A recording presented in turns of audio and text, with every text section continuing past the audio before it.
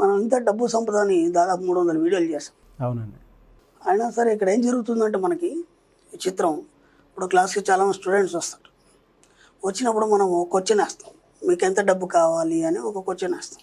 ఎవరికైనా ఒక అవగాహన ఉంటుంది కదా, ఇంత డబ్బు కావాలి, దీంతో నేను ఇచ్చేయాలి. ఆ అవగాహనలో ఏమవుతుందంటే చాలామంది ₹1,00,00,000 అంటారు, అంటే నెంబర్ ఆఫ్ పీపుల్ ₹1,00,00,000 అంటారు. ఆ తర్వాత ఇంకొందరు అంటారు ఒక 5 కోట్లు 10 కోట్లు అంటారు. అంతకంటే ముందుకు పోలేరు. ఇక అంతకంటే ముందుకు పోలేరు. ఎవరో ఒక్కళ్ళు ఒక 50 కోట్లు 100 కోట్లు అంటారు, కానీ వాటికి ఎన్ని సున్నాలు ఉన్నాయో కూడా వాళ్ళకి తెలియదు. అనాలి కాబట్టి ఏదో అనేస్తారు. అవును. కానీ యావరేజ్ పీపుల్ ఏంటంటే ₹1,00,00,000 దగ్గర ఆగిపోయినారు వాళ్ళు. అర్థమైందా? ఇంకా కొద్దిగా ఎక్కువ ఆలోచించి ఒక 5-10 కోట్లే చెప్తారు. ఇలా ఎందుకు జరుగుతుంది? అంతకంటే ఎక్కువ ఎందుకు ఆలోచించలేకపోతున్నారు? ఫస్ట్ పాయింట్ అది మనకి. ఇక్కడ ఒక సర్వే ప్రకారం ఏం జరిగిందంటే, ఒక మనిషి తన లైఫ్ యావరేజ్గా ఎలా ఉండాలో అలా డిజైన్ చేసుకున్నాడు. ఎలా ఉండాలి, ఏమేమి చేయాలి, ఎంతవరకు, నా లిమిట్స్ ఎంత అనే ఒక లిమిట్స్ పెట్టుకొని దాంట్లోనే బతికేస్తున్నాడు. కాబట్టి అంతకంటే కొద్దిగా కూడా ఎక్కువ ఆలోచించడం ఏమవుతుందంటే భయం అనేది స్టార్ట్ అవుతుంది. కాబట్టి ఎన్ని ప్రయత్నాలు చేసినా సరే అంతకంటే ముందుకు పోలేకపోతున్నాడు. ఎప్పుడో ఒక సాధారణ వ్యక్తి ఉన్నాడు, ఒక కామన్ వ్యక్తి ఉన్నాడు, లేకపోతే మధ్యతరగతి వ్యక్తి ఉన్నాడు. మంత్లీ సోర్స్ ఎంత ఉంటుంది? ఒక 30,000. ఓకే, ఇంకా ఎక్కువ అంటే కొద్దిగా ఆ పై కంటే 50,000. కానీ ఈ రోజుల్లో ఒక ₹1,00,000 సంపాదిస్తే కానీ సిటీలో మామూలుగా బతకలేడు మనిషి. అవును. అంటే మామూలుగా పెద్ద రిచ్ ఏం కాదు. ఇక్కడ అందరికి ఏం అలవాటు అయిపోయిందంటే, వాడు ఎంత సంపాదిస్తాడు, ₹1,00,000 సంపాదిస్తాడు నెలకు, అదేదో పెద్ద గొప్పగా చెప్పుకుంటున్నాం. నెలకు ₹1,00,000 అంటే అదేదో పెద్ద అనుకుంటున్నారు. కానీ చాలా చిన్న అమౌంట్ అది. నెలకు ₹1,00,000 సంపాదించడం అనేది చాలా చిన్న అమౌంట్. ఇప్పుడు మీ వాడు ఏం చేస్తాడు, మావాడు సాఫ్ట్వేర్ ఆ ప్యాకేజ్ ఒకటి ఉంది, దానికి 5 లక్షలు 6 లక్షలు ఎవరైనా తీసుకుంటే నీకు 80-70 పడుతుంది, 1,00,000 కూడా కాదు. కానీ అదేదో గర్వంగా ఏదో గొప్పగా చెప్పుకుంటున్నారు. ఇంకొక సర్వే ప్రకారం ఏం రీసెర్చ్ చేశారంటే, భారతదేశం మొత్తంలో సగటున 80% పీపుల్ సంవత్సరానికి 10 లక్షల కంటే ఎక్కువ సంపాదిస్తలేరు అని ఒక సర్వే ప్రకారం చెప్పబడింది. సంవత్సరానికి 10 లక్షల కంటే ఎక్కువ లేదు సంపాదిస్తలేరు. ఎక్కువ సంపాదిస్తాం అనుకునే వాళ్ళు కూడా సంవత్సరానికి 10 లక్షల కంటే దాటట్లేదు వాళ్ళ ఇన్కమ్ సోర్స్ అనేది. 80% పీపుల్ అలాగే ఉన్నారు. ఇప్పుడు చెప్పండి, మీరు ఎంత సంపాదిస్తున్నారు? అది ఏం సరిపోతుంది? అంటే ఎప్పటి నుంచో అదే అలవాటు అయిపోయింది మనకి. మనకు ₹1,00,000 అంటే ₹1,00,000 అంటే నెలకు ₹1,00,000 అంటే మామూలు నెలకు ₹1,00,000 సంపాదిస్తాడు, అదేదో గర్వంగా చెప్పుకుంటారు. అది ₹1,00,000 అంటే ఎంత తక్కువ అనే అమౌంట్ వాళ్ళకి మైండ్లో అసలు ₹1,00,000 అంటే ఏదో గొప్ప అనుకుంటున్నారు. అది చాలా చిన్న అమౌంట్. ఓకే, యావరేజ్గా తీసుకున్నప్పుడు కూడా 80% పీపుల్ 10 లక్షల కంటే ఎక్కువ సంపాదిస్తున్నారు. అది కూడా అంతే పడుతుంది. మీకు నెలకు ఎంత పడుతుందో 80,000 ఎంతో 90,000 పడుతుంది, అంతకంటే ఎక్కువ పడట్లేదు.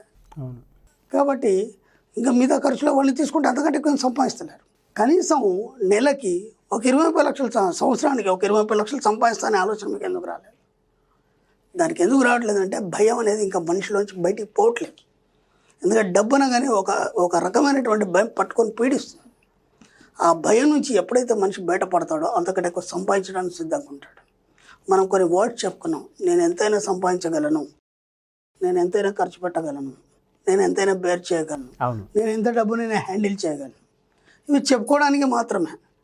కానీ నువ్వు ఎప్పుడు అది చేయగలవు అంటే దాంతో నువ్వు కరెక్ట్గా భేటీ అయ్యేదాన్ని నువ్వు సరి అయిందని చెప్పి నువ్వు ఎప్పుడైతే నమ్ముతావో అప్పుడు మాత్రమే చేయగలవు. మాటలు చెప్తున్నాం కానీ దాన్ని గట్టిగా చెప్పడానికి, లేకపోతే హార్ట్ఫుల్గా చెప్పడానికి మీకు భయం వేస్తుంది. బిలీఫ్ సిస్టమ్ అంటే బిలీఫ్ సిస్టమ్ కూడా కాదు, ఇది గట్టిగా చెప్పడానికి భయం వేస్తుంది అంతే. నమ్ముతున్నాడు, మనం చెప్పిన మాటలు నమ్ముతున్నాడు. నమ్మడం అనేది బిలీఫ్ సిస్టమ్. నమ్మడం వల్ల కాదు కదా ఏదైనా, నమ్మకంతోనే పని కాదు. రెండోది ఏం చేయాలి, ఆ నమ్మిన దాన్ని బలంగా నువ్వు నీ ఇమాజినేషన్లో పెట్టుకొని దానికి ఎక్కడ కూడా నిరవకుండా ముందుకు పోవాలి. అప్పుడు మాత్రం నువ్వు సాధిస్తావు. ఇక్కడ ప్రతి దగ్గర అదే అవుతుంది. ఎందుకనే దాని మీద రీసెర్చ్ చేసినప్పుడు కొన్ని సర్వేల ప్రకారం నేను తెలుసుకున్నంత మట్టుకు ఏంటంటే, డబ్బు అంటే మనిషికి భయం అనేది స్టార్ట్ అయింది. ఆ భయం ఎప్పుడైతే స్టార్ట్ అయిందో ఇక వాడు ముందుకు పోలేడు ఇక. ఎందుకంటే మనం దాదాపు 300 వీడియోలు మనం చేసాం, డబ్బు మీద ఎంత అవేర్నెస్ ఇచ్చాం. డబ్బు అంటే ఏందనేది చెప్పాను, కూర్చున్న దగ్గర డబ్బు ఎలా సంపాదించాలని చెప్పాను. డబ్బు గురించి మనం ఎన్నో కథలు చెప్పుకున్నాం, ఎగ్జాంపుల్ చెప్పుకున్నాం, ఎన్నో ఉదాహరణలు చెప్పుకున్నాం, ఎంతోమంది జీవితాల గురించి చెప్పాం. దాన్ని ఎలా గౌరవించాలి, ఎలా ప్రేమించాలి, ఎలా వస్తుంది, ఇన్ని చెప్పాం. చెప్పినా సరే ఆ భయం అనేది ఇంకా పోలేదు. ఆ భయం ఎప్పుడైతే పోతుందో అప్పుడే ఆ మనిషి ఏదైనా సాధించగలడు, ఎంతైనా సంపాదించగలడు. ఫస్ట్ మీరు డిసైడ్ కండి.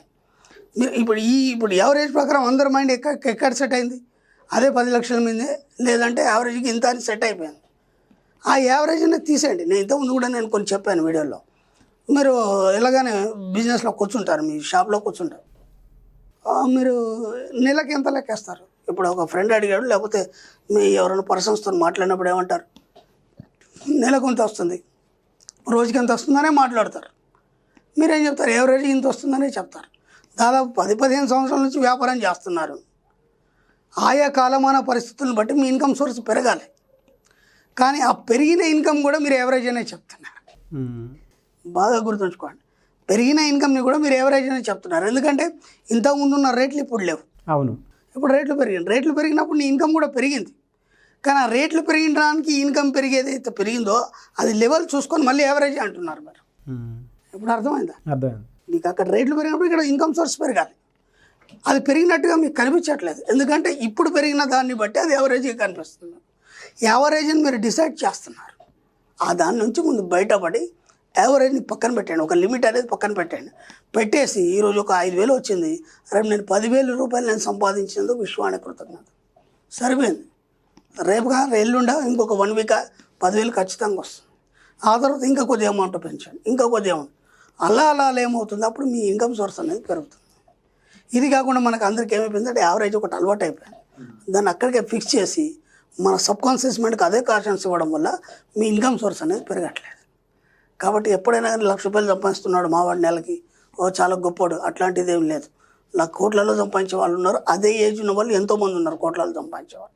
కాబట్టి ఎక్కడ కూడా మీకు వచ్చిన అమౌంట్తో కానీ లేకపోతే డబ్బుతో కానీ మీరు సంతృప్తి చెందొద్దని నేను ఎన్నోసార్లు చెప్పాను. ఇది ఒక ₹1,00,000 అనుకున్నారా, అయిపోయింది. తర్వాత నెక్స్ట్, అవును, తర్వాత ₹1,00,00,000 అనుకున్నారా, తర్వాత నెక్స్ట్. అలా ఎన్నోసార్లు మనం ఎక్కడ కూడా మనం దానికి సాటిస్ఫాక్షన్ కావాలి. సాటిస్ఫాక్షన్ అయినామంటే అక్కడికే అయిపోతుంది మీ ఇన్కమ్ సోర్స్, ఇక ముందుకు పోలేరు.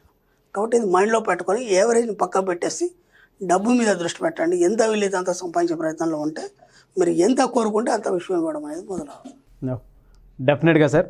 సో మీరు చెప్పినట్లే ఖచ్చితంగా ఏదైనా ఒక విషయాన్ని అవగతం చేసుకున్న తర్వాత దాన్ని చెప్పడానికి డేర్ ఉండాలి. మీకు ఇంత అర్థమైనా, ఇంత సబ్జెక్ట్ అర్థమైనా ఇంకా మీ యొక్క భయం అనేది పోవట్లేదు. ఆ భయం పోనంత మటుకు మీరు ఇలాగే ఉంటారు. అంతకంటే ముందుకు పోలేరు. ఇక ఇంకొక 10 సంవత్సరాలైనా మీ యావరేజ్లోనే ఉంటారు మీరు, అంతకంటే ముందుకు పోలేరు. అది నేను చెప్పేది. Great. Thank you sir. Thank you so much Shri Acharya Anantha Krishna Swamy గారు. థ్యాంక్ యూ అండి.